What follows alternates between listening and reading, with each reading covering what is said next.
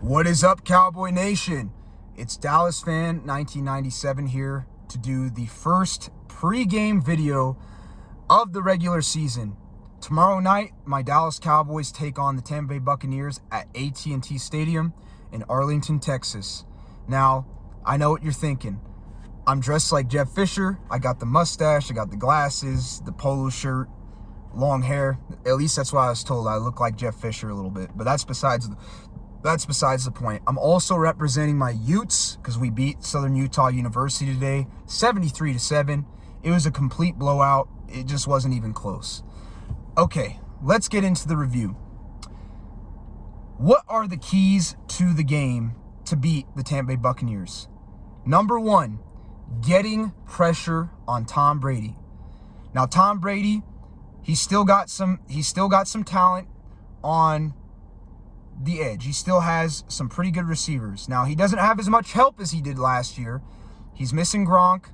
He may or may not have Chris Godwin for the game. He's questionable. They're saying that he might play, but right now he's questionable. But doesn't have quite as much talent as he did last year at wide receiver, but he still has, for sure, Mike Evans and Julio Jones, both very talented receivers.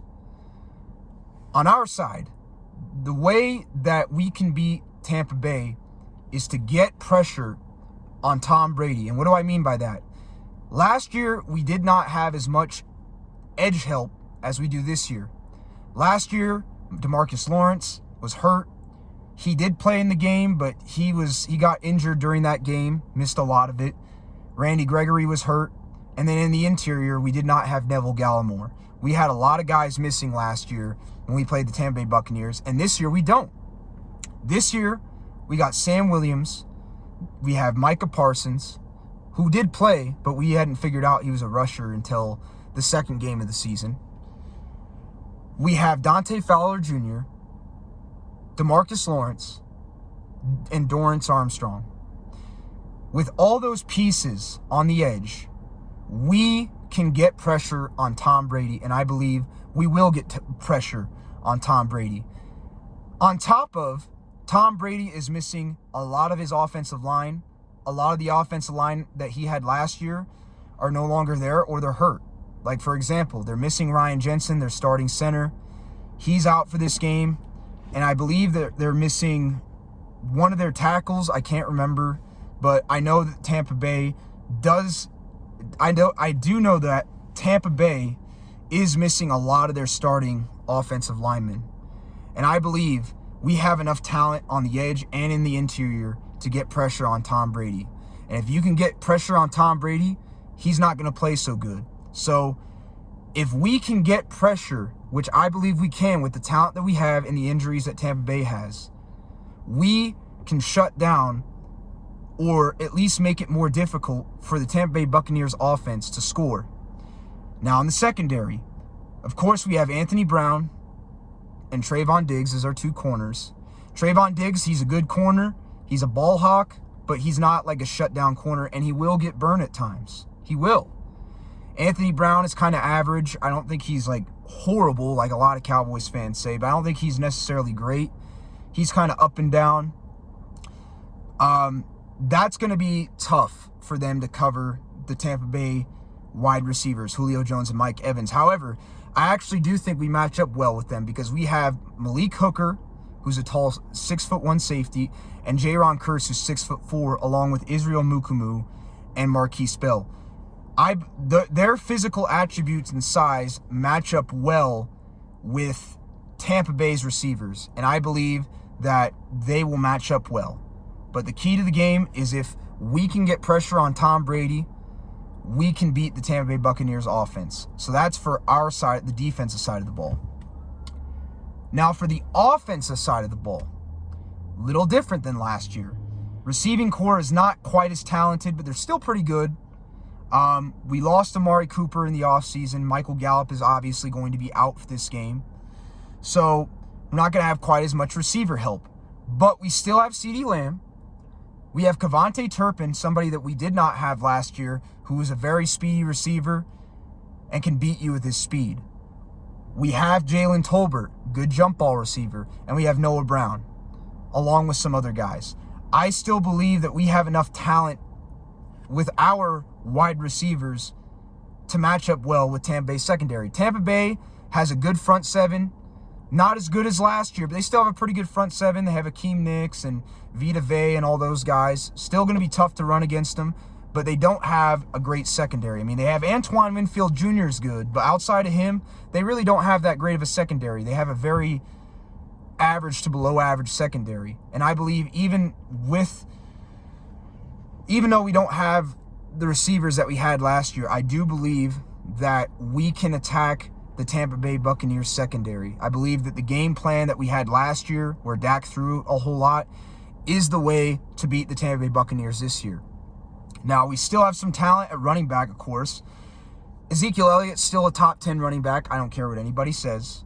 He was 7th in the league last year with a torn PCL. And we have Tony Pollard, who's pushing to take his job. And he's a pretty good running back. Zeke Elliott's good at blocking. Tony Pollard's a good receiver. We can use them to attack we can use them as weapons to attack the Tampa Bay Buccaneers with short passes and blocking. So we still match up well with their secondary. Now, beating their front seven is going to be tough because they're still pretty good. They're not as good as last year, but they're still pretty good. It's going to be hard to run the ball against them. So the key to the game, spread them out, have Dak Prescott throw short, long, any type of passes. Attack the Tampa Bay Buccaneers secondary and attack them with speed. And I believe we can beat Tampa Bay. I believe that. I believe if we do what we did last year and attack their secondary and attack them with throwing the ball, we can beat the Tampa Bay Buccaneers. What are some obstacles that could prevent us from being successful? The first thing that is a cardinal sin, I call it, that we cannot do. We cannot do this. And if we do this, we will lose. Turnovers. We cannot have a lot of turnovers. Dak Prescott has got to do a better job of holding on to the football. Last year, he struggled. He led the league in fumbles, 15. He cannot hold on to the ball too long and fumble the ball like he did last year. And that goes for Ezekiel Elliott or anybody else. We have got to protect the football. We cannot fumble. We cannot throw interceptions, Dak Prescott. We can't turn the ball over. If we turn the ball over, we will lose the game. We have to win the turnover battle against the Tampa Bay Buccaneers. We do. We have to. We have to beat them in the turnover battle. The second thing that's a cardinal sin that could prevent us from winning: penalties. We've had a penalty problem with Mike McCarthy since he's been here. If we get a whole lot of penalties that stop drives, like holding, false starts, roughing the passer, offsides, neutral zone infraction, any of that stuff, whole lot of penalties, doesn't matter what they are, we will lose to the Tampa Bay Buccaneers. We have got to play smart, disciplined football, and we have to protect the football. We cannot be turning the ball over, and we cannot be getting a ton of penalties. Those will hurt us, and they will cost us the game. Straight up facts. Third thing, the kicking game. Last year, a big reason why we lost is because Greg Zuerlein missed a field goal. Brett Maher has got to be on top of his kicking game. He cannot miss extra points. He cannot miss crucial field goals. He has to make the kicks. We cannot miss crucial kicks. We cannot, or we will lose the game. The next thing, coaching. And this goes to Mike McCarthy. If Mike McCarthy makes stupid in-game decisions, if he does not do a good job with clock management, we will lose the game. He has got to do a better job with clock management. He has got to do a better job with in-game decision-making, because I have not been impressed. And a lot of those decisions have cost us at times. They have. And they have for 2 years. Mike McCarthy, if he wants to keep his job, has got to do a better job of making in-game decisions and managing the clock. He has to. And if he doesn't, we will not win the game. Overall, what are the keys to winning the game? as a final summary. Attack the Tampa Bay Buccaneers secondary is the first one. Minimize to getting no turnovers. So, summarizing again, attack the Tampa Bay Buccaneers secondary. Minimize turnovers. Minimize penalties. So, protecting the football, being smart. Putting pressure on Tom Brady. Those are the keys to the game. So one more time. To beat the Tampa Bay Buccaneers, the Cowboys must attack the secondary of the Tampa Bay Buccaneers. Get pressure on Tom Brady. Play smart football and minimize penalties.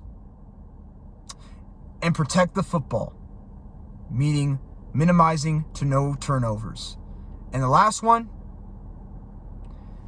being accurate in the kicking game.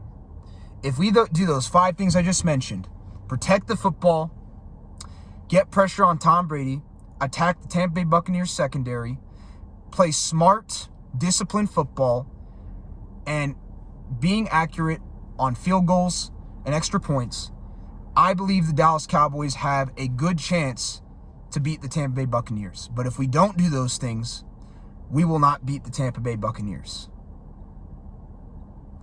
That's all I got. Let's see how it goes tomorrow. I have no expectations. I'm just going to play wait and see. But hey, I'm excited that Cowboys football is back. Let me know what y'all think in the comments. Go Cowboys. I'll see y'all later. Peace.